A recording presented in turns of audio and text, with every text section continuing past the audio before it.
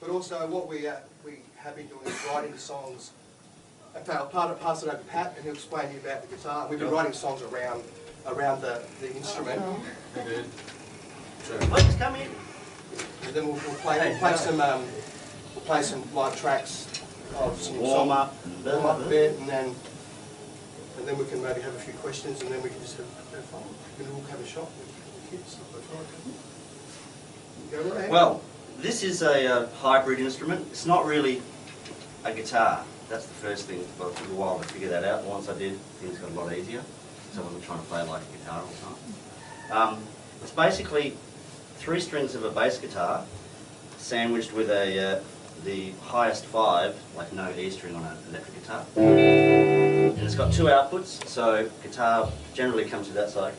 I've got them both patched through So there's the guitar side. And the bass side. Now I started off using a like a 410 cabinet bass rig, but the truth is that it's not a full sort of scale bass guitar, so it does sound better. It's much rounder through a guitar amp than a bass amp. Then it's simply a question of trying to put both of the instruments together at once, which is quite a hassle, I must say. It takes a long time to do.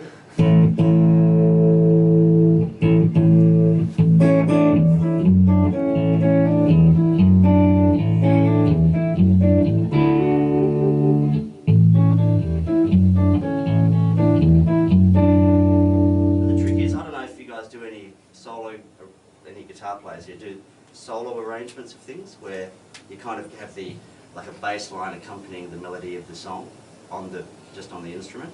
Anyone do that sort of thing? Oh well. Well, that's the end of the workshop.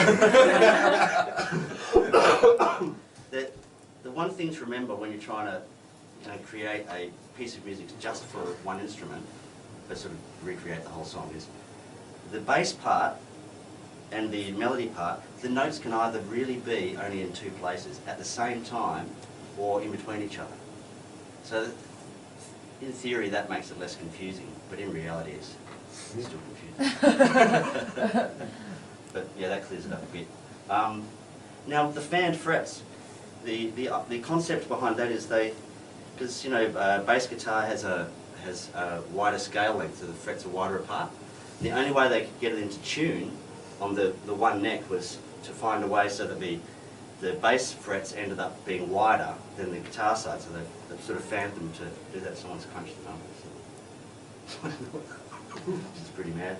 Yeah, not sure what else to say. It's made by this dude in the States, Ralph Novak. So I like playing bass and guitar. I sort of thought, geez, it would be good if you could find an instrument where you could do both. So I kind of Googled it, and this is what I found. Much money later. Did it take long to adapt from? Still am. Still am. Yeah, it's an ongoing concern, really. Yeah, and I must say the width of the neck, you have to be very careful how you position your fingers because you can injure yourself quite quickly. Sounds lame, doesn't it? Injure yourself. Well, oh, so like lifted bricks or something like that. Yeah, not building pyramids. So you do stretches on your head? Probably should, but no, not really. Is there anything that you Sometimes I have a cigarette before I start. Is there anything that you warm up with to get used to it?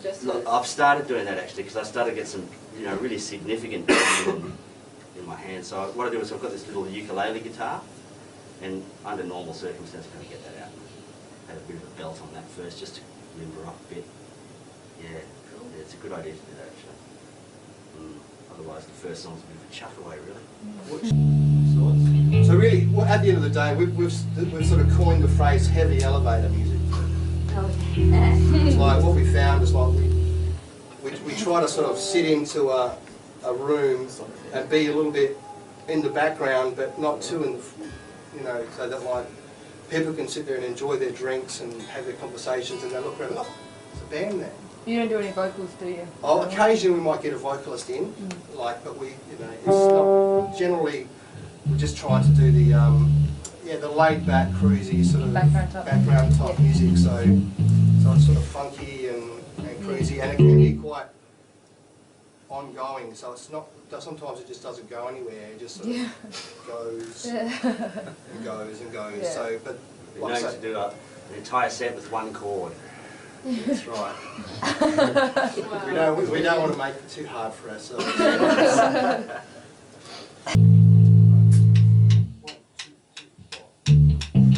Another thing is about gain structure, like because it's going through the mixer and it's going through the looper and it's going out to the mixer, it needs to be like when I loop it, like the right level.